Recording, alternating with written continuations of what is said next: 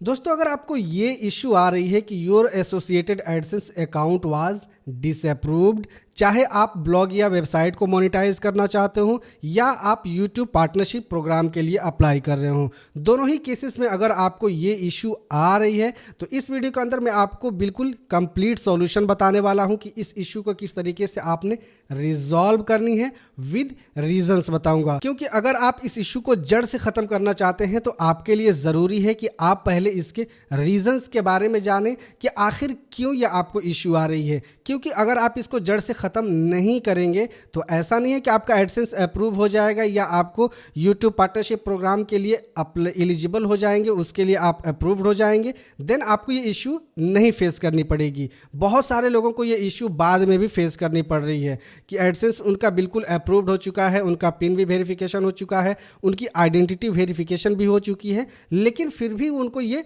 Issue आ जा रहा है। तो अगर आप इश्यू को जड़ से खत्म करना चाहते हैं तो पहले इसके रीजंस को बहुत बारीकी से समझ लीजिए, उसके बाद आप इसके ऊपर एक्शन लीजिए और इसको किस तरीके से आपने रिजॉल्व करनी है तो सारी चीजें बिल्कुल मैं आपको डिटेल में बताऊंगा। तो वीडियो को पूरा जरूर देखिएगा ताकि इस इश्यू के बारे में आप अच्छे से समझ के इसको प्रॉपरली फिक्स कर सकें। तो चलिए वीडियो को शुरू करते हैं। तो पहले तो हम समझ लेते हैं कि आखिर कौन से रीजंस होते हैं जिसके वजह से आपको ये इश्यू फेस करनी पड़ती है। तो यहाँ पे हमने कुछ इश्यूज को आइडेंटिफाई किया हुआ है और इसको हमने यहाँ पे बिल्कुल लिख दिया हुआ है ताकि आप इसको देख के समझ सकें और इसके अकॉर्डिंग आप एक्शंस ले सकें। सबसे पहला जो रीजन होता है डुप्लीकेट अकाउंट का, उसके बाद दूसरा जो रीजन हो सकता है वेबसाइट इश्यू का, इसके बाद तीसरा जो रीजन हो सकता है ये टेक्निकल इश्यू का। अब इसको हम डिटेल में समझते हैं। जैसे कि मान लीजिए डुप्लीकेट अकाउंट, इसके अंदर कौन कौन से ऐसे रीजंस हो सकते हैं जिसके वजह से आपको ये इश्यू आ रही है।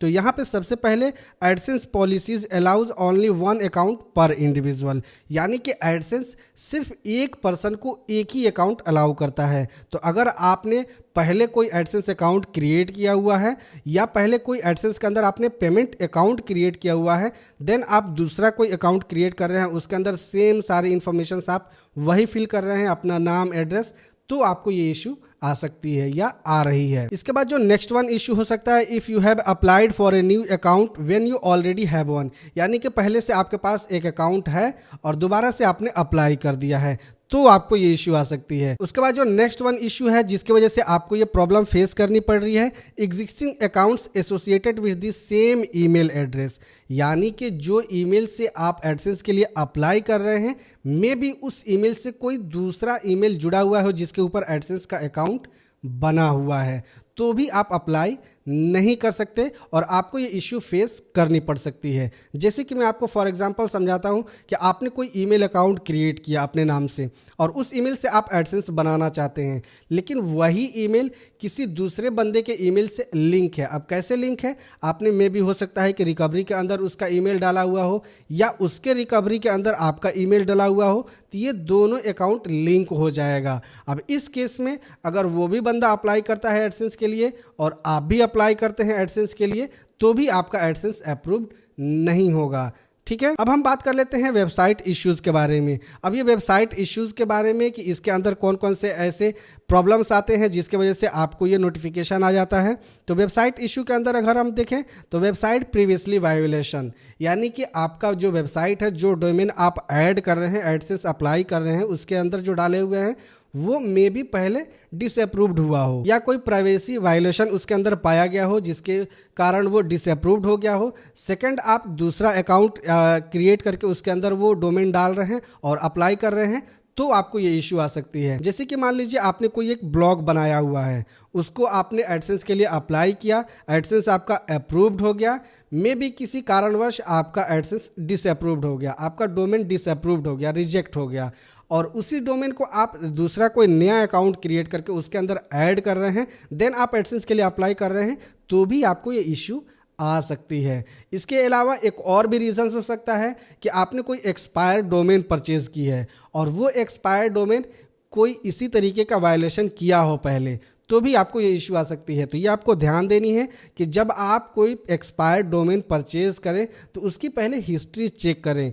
मे बी बहुत सारे लोग ऐसा करते हैं कि फ्लिपा वगैरह पे जो डोमेन सेल कर रहे हैं, वेबसाइट वहाँ पे सेल कर रहे हैं, उनका वायोलेशन की वजह से एडसेंस टर्मिनेट हो जाता है तो अपनी साइट को वो बेच देते हैं। तो इस तरीके का भी बहुत सारा ट्रैप होता है। तो आप इस सारे ट्रैप से बचें और जो भी डोमेन जो भी आप पहले से प्री बिल्ड वेबसाइट को परचेज करें उसकी पूरी हिस्ट्री को चेक करें और लाइव आप उसके एडसेंस अकाउंट को भी चेक करें कि अभी वो एडसेंस अकाउंट के साथ एसोसिएटेड है या नहीं है। तो ये जो मैंने टिप दी है इसको आप याद रखिएगा। इसके बाद जो एक और रीजन हो सकता है वेबसाइट इशू के अंदर कि website is connected with another account, यानी कि आपने कोई एडसेंस का अकाउंट पहले से क्रिएट किया हुआ है, उसके अंदर आपने वो डोमेन अप्लाई किया हुआ है अप्रूवल के लिए, लेकिन वहाँ पे आपको नहीं मिली है और आपने उसी तरीके से वहाँ पे डोमेन को छोड़ दिया हुआ, उसको डिलीट नहीं किया हुआ है साइट्स के अंदर जा करके, और दूसरा आप एडसेंस अकाउंट क्रिएट करके वहाँ पे वो डोमेन ऐड करके और उसको अप्रूवल के लिए आप भेज रहे हैं, तो भी आपको ये इशू आ सकती है। अगर आपने ऐसा किया हुआ है तो आप पहले उस एडसेंस अकाउंट के अंदर जाए, वहाँ से अपने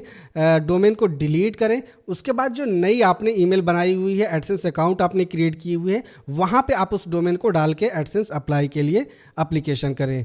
इसके बाद जो एक और इशू आ सकता है टेक्निकल इशू। अब ये टेक्निकल इशू जैसे कि कोई ग्लिच वगैरह आ गया आपको एप्लीकेशन सबमिट करते समय, तो उसके कारण ये इश्यूज आ जाते हैं। तो इससे बचने के लिए आप सेकेंड बार अप्लाई कर सकते हैं और सेकेंड बार भी आपको वही इशू आ रही है, देन आपको आइडेंटिफाई करनी होगी इन रीजंस के बारे में कि मे बी ये रीजंस हो सकते हैं जिसके वजह से आपको ये इशू फेस करनी पड़ रही है। अब इन सभी को फिक्स करना है। अगर आप आसानी से फिक्स करना चाहते हैं तो मैं आपको इसका सॉल्यूशन बताता हूं कि किस तरीके से आपको ईजिली इसे फिक्स करनी है। तो अब इसको फिक्स करने के लिए जो सॉल्यूशन है, यानी कि create a new Gmail account.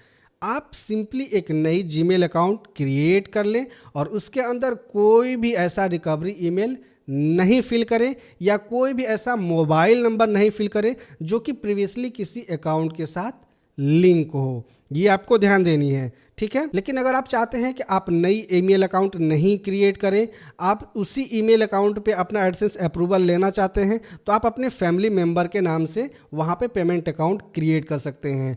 जैसे कि वहाँ पे जो भी नाम फिल करनी है वो आप अपने फादर, मदर, ब्रदर, सिस्टर किसी का भी यूज़ कर सकते हैं और उसकी आइडेंटिफिकेशन के अकॉर्डिंग आप एडसेंस के लिए अप्लाई कर सकते हैं। ओके, अब इसके बाद अगर आपको डोमेन के अंदर इशू आ रही है तो उसके लिए आप अपने डोमेन को चेंज कर सकते हैं। जैसे कि मान लीजिए गलती से आपने कोई एक्सपायर्ड डोमेन परचेज कर लिया, उसके अंदर भाई पहले से वायोलेशन पड़ा हुआ है, वो सस्पेंड हो चुका था एडसेंस से, लेकिन आपने गलती से उसे परचेज कर लिया हुआ है, तो इसके लिए भैया आप वो डोमेन भूल जाइए और नई डोमेन, फ्रेश डोमेन आप परचेज कीजिए। देन आप उसके ऊपर अपने ब्लॉग या अपनी वेबसाइट को बनाइए, देन आप एडसेंस के लिए अप्लाई कीजिए। लेकिन अगर आपको YouTube पार्टनरशिप प्रोग्राम के अंदर ये इशू आ रही है तो आप कैसे करेंगे?